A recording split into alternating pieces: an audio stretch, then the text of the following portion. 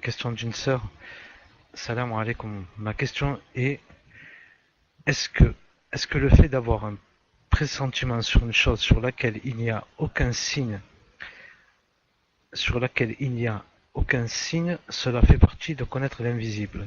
Exemple, une fois une sœur m'a dit j'ai le pressentiment que tu vas tomber enceinte, je le sens. Barakallahu fikum. Tafadal ya Sheikh.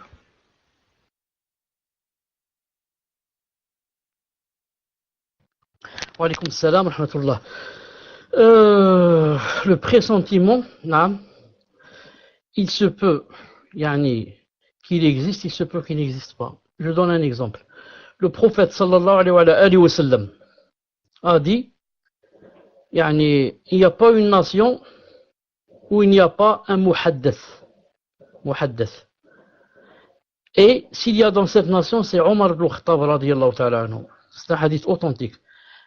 Le muhaddath, c'est quelqu'un qui il parle dans son nafs de quelque chose et la chose se produit exactement comme il a parlé.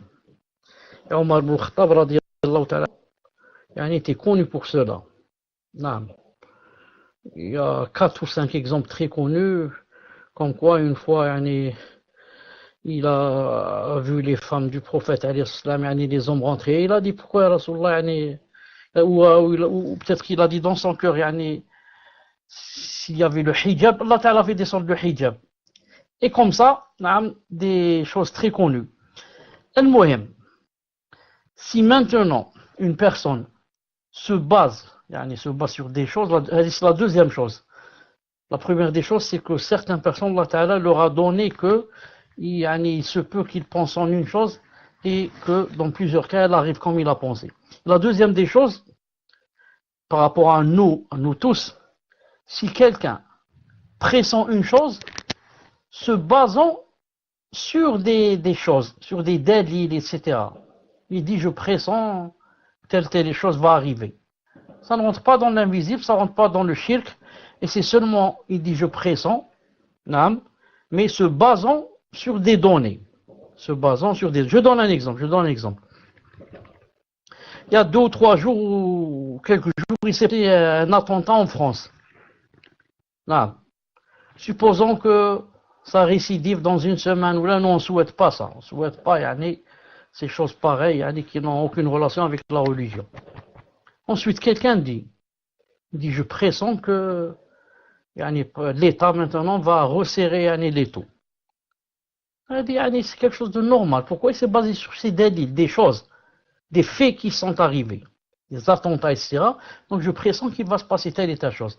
Si elle se passe, son pressentiment était juste. Si elle ne se passe pas, il s'est trompé, c'est tout.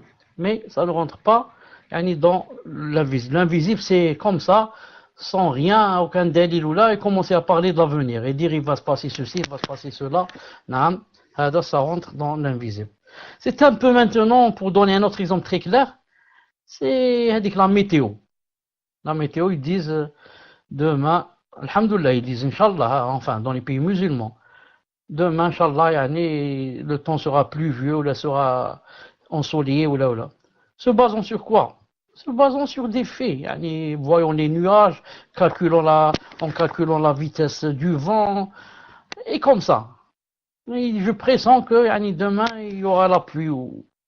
Donc, c'est se basant sur des faits. Mais celui qui parle comme ça, sans se basant sur rien, celui-là, il peut rentrer dans ce qu'a dit la personne. Wallahu ta'ala alam, tfaddal.